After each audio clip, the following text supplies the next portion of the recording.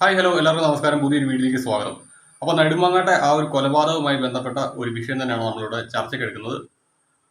First of all ഈ ഒരു വിഷയവുമായി ബന്ധപ്പെട്ട് ദിനംപ്രതി പുറത്തേക്ക് വരുന്ന വാർത്തകൾ, ആ വാർത്തകൾ കാണുമ്പോഴത്തേക്ക് ശരിക്കും പറഞ്ഞാൽ ചങ്ക് വിടുകയാണ്. കാരണം അത്രത്തോളം ക്രൂരതകളാണ് ആ ഒരു ജീവൻ ഏറ്റുവാങ്ങിയത്. ശരിക്കും പറഞ്ഞാൽ ഈ നരകതുല്യമായിട്ടുള്ള ജീവിതത്തിൽ നിന്ന് അതിനൊരു മോചനം കിട്ടി എന്ന് വേണമെങ്കിൽ പറയാം. കാരണം ഇനിയും ജീവിച്ചിരുന്നെങ്കിൽ ഒരുപക്ഷെ നമ്മളാരും ഇത് അറിയത്തില്ല. ആ ഒരു ജീവൻ ഏറ്റുവാങ്ങാൻ പോകുന്ന ക്രൂരതകൾ ഇതിലും ഭയാനകമായിരിക്കും. അതിനെ സൂചിപ്പിക്കുന്ന തരത്തിലുള്ള വെളിപ്പെടുത്തലുകളാണ് ഇപ്പോൾ പുറത്തേക്ക് വന്നുകൊണ്ടിരിക്കുന്നത്. ഈ ഒരു വിഷയം ചർച്ച ചെയ്യുന്നതിന് മുൻപ് എനിക്ക് കേരളത്തിലെ മാധ്യമങ്ങളോടാണ് പറയാനുള്ളത് രണ്ട് കാര്യങ്ങൾ. ഒന്ന്, അഷ്കർ എന്ന് പറയുന്ന ആ നായിന്റെ മോന്റെ തള്ളയുടെ ബൈറ്റ് ഇനി ദൈവത്തെ ഓർത്ത് നിങ്ങൾ പ്രസിദ്ധീകരിക്കരുത്. നാട്ടുകാർ മിക്കവാറും ആ പെണ്ണുപിള്ളേരെ തല്ലിക്കൊല്ലും. പിന്നെ രണ്ടാമത്തെ കാര്യം, അഖില എന്ന് പറയുന്ന പരത്തേവിടിച്ചിനെ അമ്മ എന്ന് അഭിസംബോധന ചെയ്യരുത്. കാരണം ഈ നാട്ടിലുള്ള പേറ്റെന്നോ പറഞ്ഞ ഒരമ്മമാരും സ്വന്തം മക്കളെ വല്ലവരും ഇട്ട് കൊല്ലാക്കൊല ചെയ്യുന്നത് കണ്ടു നിൽക്കില്ല.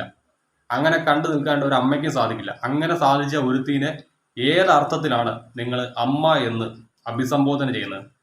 വെറും നായിന്റെ മോളായിട്ടുള്ള ഒരുത്തിനെ അമ്മ എന്ന് വിളിക്കുന്നത് ഈ നാട്ടിലുള്ള അമ്മമാർക്ക് വരെ അവൾ നാണക്കേടാണ്.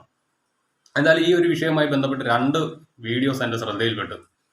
അതിനകത്ത് ഒന്നാമത്തെ വീഡിയോ ഈ അഷ്കർ എന്ന് പറയുന്ന ആ നായിന്റെ മോന്റെ തള്ള ആ പന്ന പെണ്ണുമ്പിള്ളയുടെ വീഡിയോ ആണ്.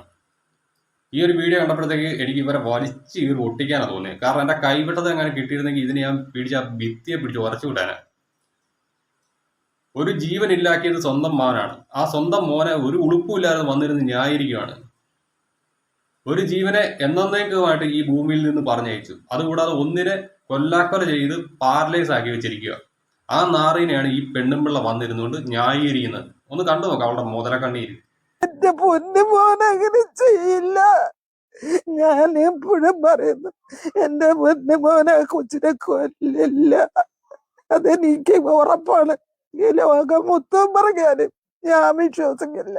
എന്റെ മോൻ കൊല്ലൂല, കൊല്ലാൻ വേണ്ടി ചെയ്യൂല. പിന്നെ അവന്റെ കയ്യിൽ നിന്ന് എന്തെങ്കിലും പറ്റിയെന്നുള്ള അത് അവന് മാത്രമേ അറിയാവൂ. എനിക്കറിയില്ല. അവനും അറിയാം, ആ കുട്ടിക്കും അറിയാം, എനിക്കറിയില്ല.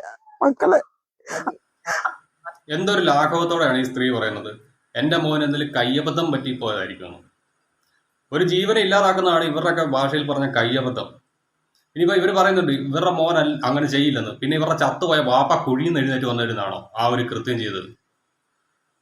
എങ്കിൽ അതൊരു വലിയൊരു അത്ഭുതമായിരിക്കും കേട്ടോ. സൂപ്പർ നാച്ചുറൽ കൊലപാതകം കേരളത്തിൽ ആദ്യമായിട്ട് സംഭവിക്കുന്നു. അതായത് ഒരു ഗോസ്റ്റ് കുഴിയിൽ നിന്ന് എഴുന്നേറ്റ് വന്നിട്ട് ഒരു ജീവൻ എടുക്കുന്നു, അതിന് തിരിച്ചു പോകുന്നു. അത് 2026 പറ്റിയാൽ ഒരു ഹൊറർ സിനിമയാക്കാം ഈ ഒരു ഇൻസിഡന്റ്. ഇവരുടെ വാപ്പ കുഴിയിൽ നിന്ന് എഴുന്നേറ്റ് വന്നിട്ടാണ് ആ ഒരു കൃത്യം ചെയ്തതെങ്കിൽ. ഇതെനിക്ക് ഇതിനകത്ത് പറയാനുള്ളൂ. ഈ പന്ന പെണ്ണുപിള്ളേരൊക്കെ ബൈറ്റ് എടുക്കുന്ന മാധ്യമപ്രവർത്തകരോടാണ് ആദ്യം അഴിയേണ്ടത്. പിന്നെ ഇതുമായി ബന്ധപ്പെട്ട് പുറത്തേക്ക് വന്നിരിക്കുന്ന വാർത്തകൾ, അത് ശരിക്കും പറഞ്ഞാൽ എന്താണ് പറയേണ്ടതെന്ന് എനിക്ക് അറിയത്തില്ല. അത് കേട്ടിട്ട് എൻ്റെ ചങ്ക് പിടച്ചു പോയി. ഉള്ള കാര്യം പറയാം. നമുക്ക് എന്തായാലും അത് കേട്ട് നോക്കാം. ഞാൻ അതിന്റെ വീഡിയോ വിഷ്വൽസ് നോക്കുന്നില്ല, കാരണം ആ കുരുന്നിന്റെ ദൃശ്യങ്ങളൊക്കെ പുറത്തേക്ക് വന്നിട്ടുണ്ട്. അതുകൊണ്ടാണ്.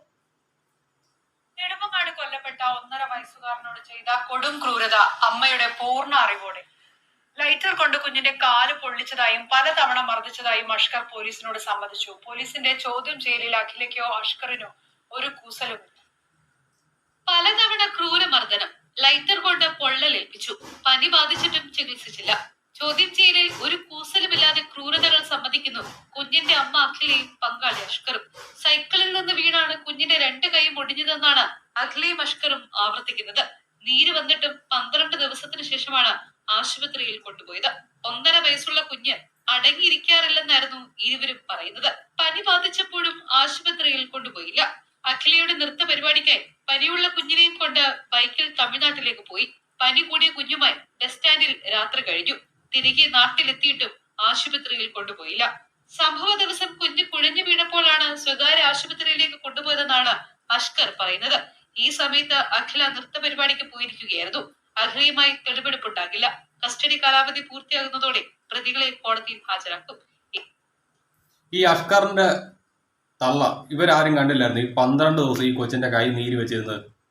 എനിക്കറിയാൻ പാടില്ലാണ്ട് ചോദിക്കുക. ഇത്രയധികം മുതലക്കണ്ണീർ ഇറക്കി സ്വന്തം മോനല്ല ഇത് ചെയ്തതെന്ന് പറയുമ്പോഴത്തേക്ക് ആ കൊച്ചിന്റെ കൈ 2 ഒടിഞ്ഞിരുന്നപ്പോഴത്തേക്ക് നിങ്ങൾ എവിടെയായിരുന്നു?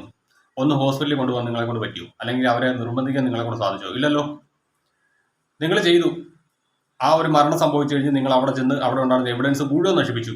തെളിവ് നശിപ്പിച്ചതിന് ഈ സ്ത്രീനെ കൂട്ടുപ്രതിയാക്കണം. മൂന്നാം പ്രതി കൾപ്പബിൾ സൈലൻസ് എന്ന് പറയും. അതായത് ഒരു കുറ്റകൃത്യം നടക്കുമെന്ന് അറിഞ്ഞിട്ടും അത് മനഃപൂർവ്വം മൂടി വെച്ചു, അല്ലെങ്കിൽ ഒരു കുറ്റകൃത്യം നടന്നതിന് ശേഷം ആ തെളിവ് നശിപ്പിച്ചു. ഈ 2 വകുപ്പിൽ ഇവർക്കെതിരെ കേസെടുക്കണം. കേസെടുക്കാൻ ചെയ്യണം, ഇവരെ എന്നേക്കുമായിട്ട് ജയിലിലടക്കണം. പക്ഷേ ജയിലിലടച്ചിട്ടും വലിയ കാര്യമൊന്നുമില്ല. കാരണം 3-4 നേരം ശാപ്പാട്, അതുകൂടാതെ ഡെയിലി 500 രൂപ കൂലി അവിടെ ചെയ്യുന്ന ജോലിക്ക്. പിന്നെ റിമാൻഡ് പ്രതികൾക്ക് മാത്രമേ ഉള്ളൂ കേട്ടോ ഈ ശമ്പളമില്ലാത്ത. കാരണം അവിടെ പണിയെടുക്കണമല്ലോ. ആഴ്ചയിലാഴ്ച ഈ പോലീസുകാർ വന്നിട്ട് ഈ കേസിന്റെ ആവശ്യത്തിന് മൊഴി എടുക്കാൻ, അതിന് തെളിവെടുപ്പിന് വേണ്ടിയിട്ട് എടുത്തുകൊണ്ട് പോകുമ്പോഴത്തേക്ക് ഈ പറയുന്ന ജോലിയൊന്നും അവിടെ ചെയ്യേണ്ട വരത്തില്ല. പിന്നെ ഈ കേസ് തെളിഞ്ഞ് ഇവരെ ശിക്ഷിച്ച് കഴിഞ്ഞാൽ മാത്രമേ ഉള്ളൂ ഈ ഒരു ഡെയിലി കൂലി കിട്ടത്തുള്ളൂ. അതായത് അവിടെ ഒരു തൊഴിലെടുക്കാനും ആ തൊഴിലെടുത്തതിന് ശേഷം കൂലി കിട്ടത്തുള്ളൂ. എന്നാൽ ഈ ഒരു ഇവന്റെ കാര്യത്തിൽ അയാൾ നടക്കുമെന്ന് എനിക്ക് സംശയമുണ്ട്. കാരണം എന്ന് വെച്ചാൽ ഇവനെതിരെ നിരവധി കേസുകളുണ്ട്. ആ കേസുകളിലൊന്നും തന്നെ നമ്മുടെ നെടുമങ്ങാട്ടെ പോലീസ് പ്രോപ്പറായിട്ട് അന്വേഷണം നടത്തിയിട്ടില്ല. ഇവന്റെ ആദ്യ ഭാര്യനെ കൊല്ലാക്കൊല ചെയ്ത ആ ഒരു ഇൻസിഡന്റ് ഉൾപ്പെടെയുള്ള സകല സാധനത്തിൽ ഇവനെതിരെ കേസുകൾ കൊടുത്തിട്ടുണ്ട്. ആ കേസുകളിലൊന്നും പ്രോപ്പറായിട്ടുള്ള ആക്ഷൻ പോലീസ് എടുത്തിട്ടില്ല. അങ്ങനെ എടുത്തിരുന്നെങ്കിൽ ഇന്ന് ഈ ഒരു ജീവൻ നഷ്ടമാവില്ലായിരുന്നു. അന്നേരം കേരള പോലീസാണ് ഇതിനകത്ത് ഒന്നാമത്തെ പ്രതി. നെടുമങ്ങാട് സ്റ്റേഷനിൽ ഇരിക്കുന്ന സകല പോലീസുകാരെ ഡിസ്മിസ് ചെയ്യണം. കാരണം അവരാരും ഈ ഒരു ജോലിക്ക് ഇരിക്കാണ്ട് യോഗ്യരല്ല. നെടുമങ്ങാട് പോലീസിനെ കുറിച്ച് ഇപ്പം വരുന്ന ആരോപണങ്ങളെല്ലാം നിങ്ങൾ ശ്രദ്ധിച്ചു നോക്ക്. ഈ നെടുമങ്ങാട് പോലീസ് സ്റ്റേഷനിൽ എന്തെങ്കിലും ഒരു പരാതിയുമായിട്ട് ഒരാൾ പോയി കഴിഞ്ഞാൽ ആ വാദി പ്രതിയാവുന്ന കാഴ്ചയാണ് അവിടെ സംഭവിക്കുന്നതെന്നാണ് നാട്ടുകാർ മുഴുവൻ പറയുന്നത്. പിന്നെ രണ്ടാമത്തെ പ്രതി, അതായത് ഈ മരണത്തിലെ കൂട്ടുത്തരവാദി ആശാ വർക്കറാണ്. അവർ പറയുന്നത് ഞങ്ങൾ അവിടെ ചെല്ലുമ്പോൾ ആ കൊച്ചിനെ കാണിക്കുന്നില്ല എന്നാണ്. അങ്ങനെ കാണിക്കുന്നില്ലെങ്കിൽ ചൈൽഡ് ലൈനിൽ വിവരം അറിയിച്ചിട്ട് അവരുമായിട്ട് വന്നിട്ട് ആ കുട്ടിയെ ഇൻസ്പെക്ട് ചെയ്യാനുള്ള ഉത്തരവാദിത്വം ആശാ വർക്കർക്കുണ്ട്. അവരതിന് മുതിർന്നിട്ടില്ല. അതായത് മാസാവസാനം കിട്ടുന്ന ശമ്പളത്തിന് വേണ്ടിയിട്ട് മാത്രം ജോലി ചെയ്യുന്ന ഒരു സ്ത്രീ. അവർ ആ ജോലി എന്തെങ്കിലും കാണിച്ചു കൂട്ടുന്നതാണെങ്കിൽ പോലും പ്രോപ്പറായിട്ട് ചെയ്തിരുന്നെങ്കിൽ ഇന്ന് ആ ജീവൻ നഷ്ടമാവില്ലായിരുന്നു. അന്നേരം അവർക്കും ഇതിനകത്ത് ഉത്തരവാദിത്വമുണ്ട്. ഈ നാട്ടിലെ എല്ലാ ആശാവർക്കർമാരെ അടച്ചാക്ഷേപിക്കില്ല. ഭൂരിപക്ഷത്തിൽ ന്യൂനപക്ഷം കൃത്യമായിട്ട് അവരുടെ ജോലി ചെയ്യുന്നത്. പക്ഷെ ബാക്കി വരുന്ന ഭൂരിപക്ഷം വെറും ശമ്പളത്തിന് വേണ്ടിയിട്ട് മാത്രമാണ് ഈ ജോലി ചെയ്യുന്നത്. പിന്നെ സമരം ചെയ്യാനും, പിന്നെ ഏതെങ്കിലും രാഷ്ട്രീയ പാർട്ടിയുടെ എന്തെങ്കിലും സമരപരിപാടി നടക്കുന്നുണ്ടെങ്കിൽ ഭരണപക്ഷത്തിരിക്കുന്ന രാഷ്ട്രീയ പാർട്ടിയുടെ സമരപരിപാടി നടക്കുമ്പോൾ അവർക്ക് വേണ്ടി അവിടെ പോയി കീജെ വിളിക്കാൻ മാത്രമാണ് ഇവിടെ ആശാ വർക്കർമാരുള്ളത്. അതായത് ഭൂരിപക്ഷം വരുന്ന ആളുകൾ, ന്യൂനപക്ഷമായിട്ടുള്ള ഒരാളുകളുണ്ട്, അവർ കൃത്യമായിട്ട് അവരുടെ ജോലി ചെയ്യുന്നുണ്ട്. അതുകൊണ്ടാണ് എന്നും കൊന്നും ഈ വാർത്തകളൊന്നും നമ്മുടെ ശ്രദ്ധയിലേക്ക് വരാത്തത്, അല്ലെങ്കിൽ നമ്മുടെ നാട്ടിൽ ഇത്തരം ക്രൈമുകൾ നടക്കുന്നതിനകത്ത് ഒരു കുറവ് വരുന്നത്. അതാണ് യാഥാർത്ഥ്യം. അപ്പോൾ ശരി എന്നാ.